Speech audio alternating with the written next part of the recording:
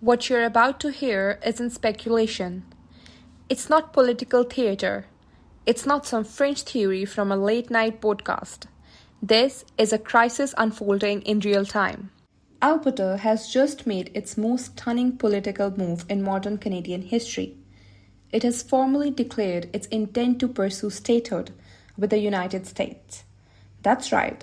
The idea of Alberta as the 51st U.S. state is no longer a whispered conspiracy. It's official, it's public, and it's gaining momentum faster than anyone in Ottawa can contain. Recent polling has confirmed that many feared.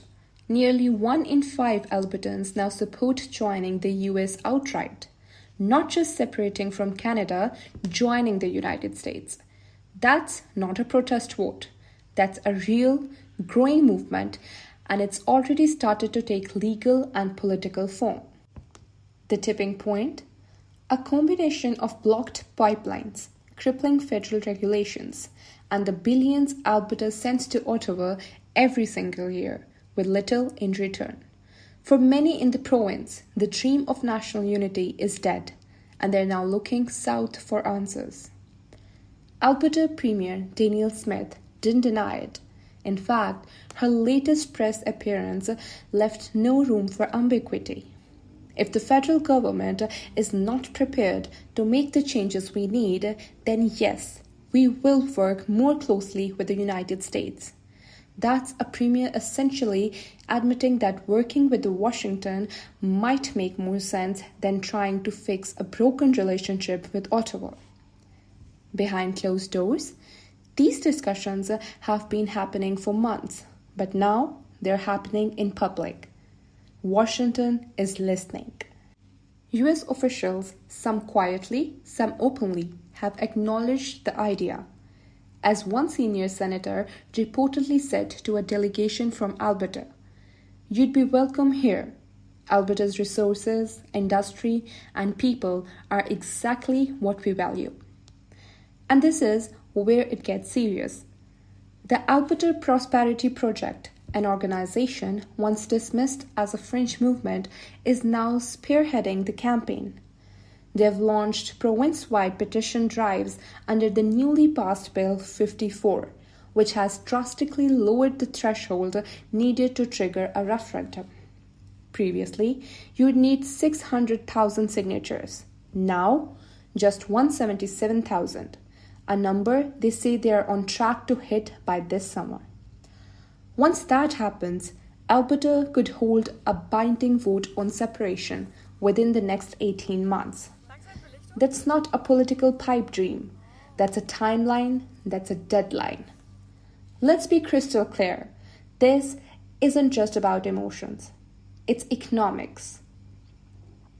Alberta produces 4.2 billion barrels of oil a day. It trades more with the US than it does with the rest of Canada combined. And yet, it's shackled by Ottawa's legislation.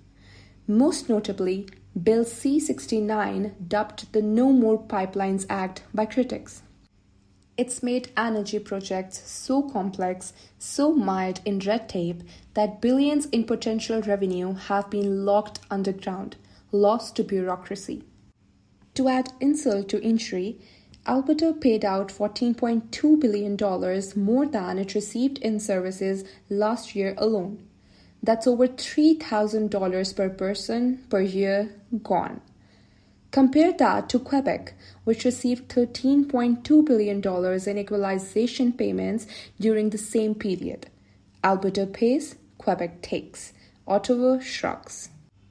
And then there's the new federal mandates, electric vehicle quotas, green energy deadlines, carbon taxes, all dropped on Alberta's economy with little consultation and zero regard for regional impacts.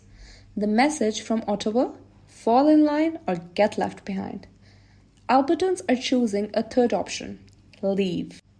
And it's not just theoretical. Legal scholars point to the Supreme Court's ruling on Quebec sovereignty, which makes one thing clear.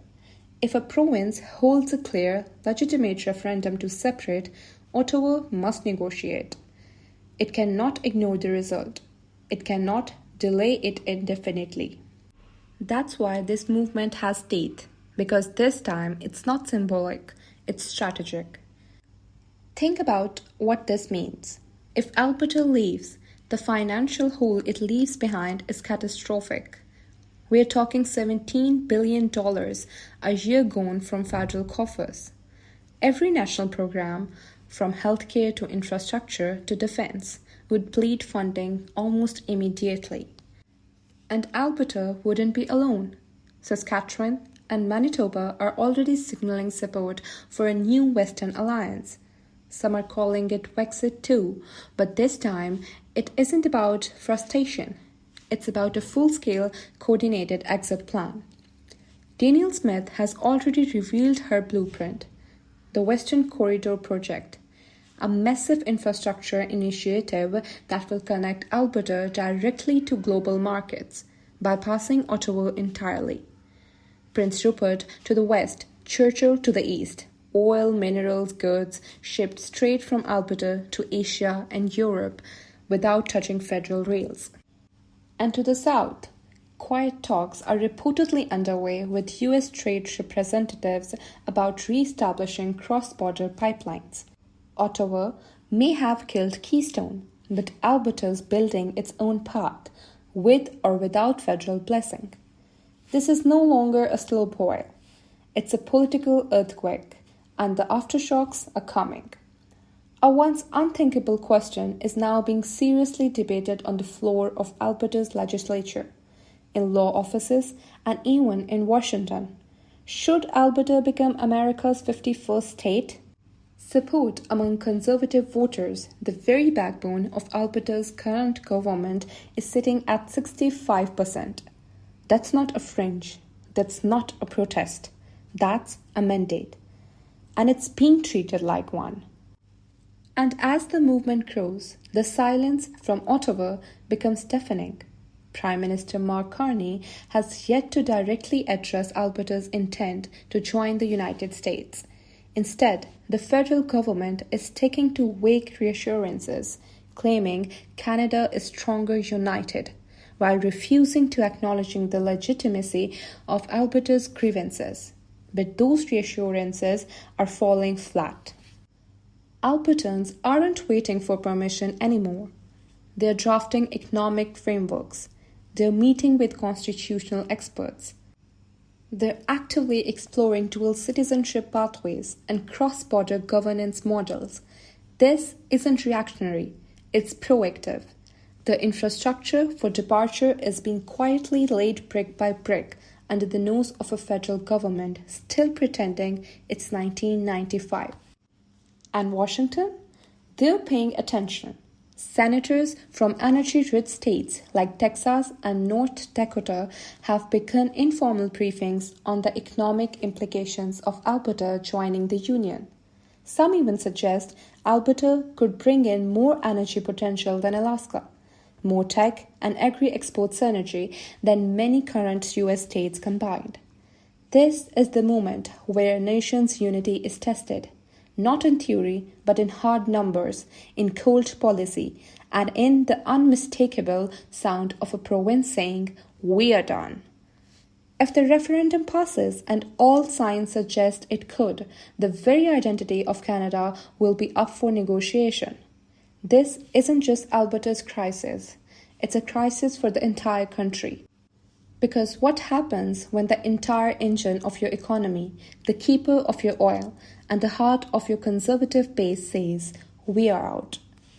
So what happens if this all moves forward? If the petition threshold is reached, if the referendum is held, and if Alberta votes to separate? The fallout will be massive. Legal battles, economic shockwaves, political realignment from coast to coast. And if the United States accepts Alberta's bid for statehood, Canada, as we know, it changes forever. Because if Alberta walks, Saskatchewan follows, Manitoba watches, British Columbia rethinks everything. And suddenly, the West isn't part of Canada anymore. The clock is ticking. The petition drives are active. Public support is rising. And for the first time in history, an entire Canadian province is taking deliberate strategic steps towards becoming part of the United States. This isn't theoretical. This isn't dramatic. This is real, and it's happening now. Stay locked, this story isn't finished. In fact, it's only just begun.